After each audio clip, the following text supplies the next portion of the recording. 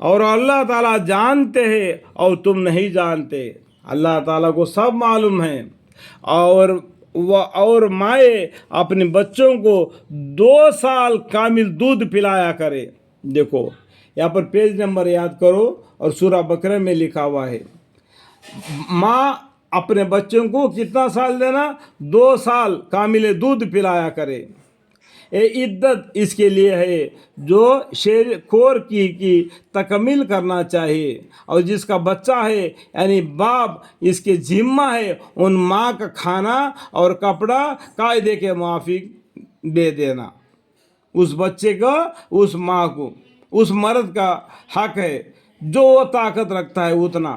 کسی شخص کو حکم نہیں دیا جاتا مگر اس کے برداشت کے موافق کسی ماں کو تکلیف نہ پہنچانا چاہیے اس بچے کی وجہ سے، اور نہ کسی باپ کو تکلیف دینا چاہیے اس بچے کی وجہ سے. یعنی کہ کتنا حیثیت سے ہے اس حیثیت سے اپنا معنی دونوں مل جل کر اس کو پورا کر لینا.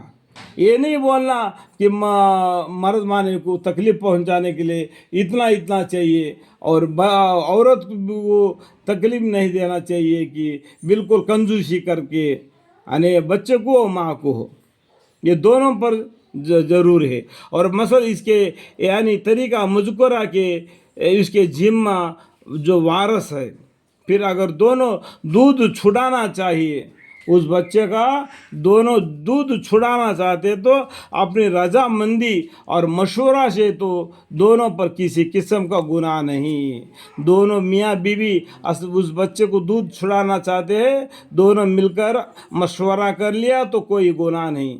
اور اگر تم لوگ اپنے بچوں کو کسی اور انا کا دودھ پلانا چاہو تب بھی تم پر کوئی گناہ نہیں، جبکہ ان کے حوالے کر دو جو کچھ ان کو دینا کیا ہے قاعدے کے معافی.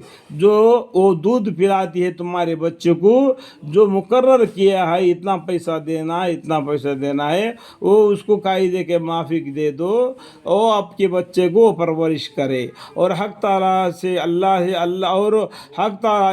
تعالیٰ سے ڈرتے رہو، اور یقین رکھو کہ حق تعالیٰ نے اللہ تعالیٰ کو تمہارے کیے ہوئے کاموں کی خوب دیکھ رہے ہیں. تمہارے کیے ہوئے کاموں کو اللہ تعالیٰ خوب دیکھ رہے ہیں. اور جو لوگ تم میں وفات پا جاتے ہیں یعنی مر جاتے ہیں، اور بیویاں یا بچوں کو چھوڑ جاتے ہیں اور بیویاں چھوڑ جاتے ہیں، وہ بیویاں اپنے آپ کو نکاح وغیرہ سے روکے رکھے 4 مہینے اور 10 دن.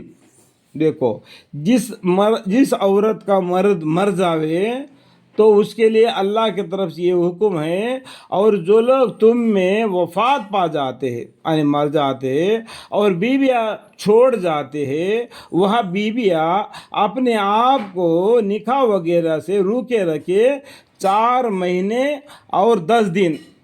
پھر اس کے بعد میں اس کو نکاح کر لینا ضروری ہے. بغیر نکاح کا رہنا گناہ ہے. ٹھیک ہے. 3 چیزوں میں جلدی کرو. ایک تو سب نماز کا ٹائم ہو گیا، سب سے پہلے نماز پڑھ لو. اس کے بعد میں جو لڑکی شادی کے عمر میں آ گئی یا دوسرے جو جیسا کہ پہلا نکاح ٹوٹ گیا تو دوسرا نکاح کر لینا ہے، ان کو جلدی سے نکاح کر دو. جو مر جاتا ہے اس کو جلدی سے دفناؤ. یہ 3 چیزوں میں دیری نہیں کرنا چاہیے. ٹھیک ہے. ختم کر لے تو تم کو کچھ گناہ نہ ہوگا ایسی بات میں کہ وہ عورتیں اپنی ذات کے لیے کچھ کارروائی نکاح کی کرے قاعدے کے موافق. اور اللہ تعالیٰ تمہارے افعال کے خبر رکھتے ہیں. اللہ تعالیٰ تمہاری ہر چیز کا خبر رکھتا ہے. واللہ بما تعملون خبیر. اور تم پر کوئی